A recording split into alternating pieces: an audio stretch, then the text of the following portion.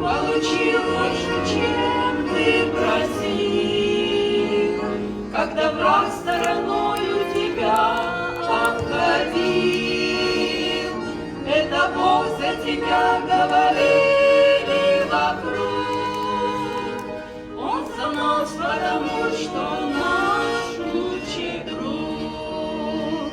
И в праздник жатвы славу Богу воздай, благодарением жизнь свою наполняй.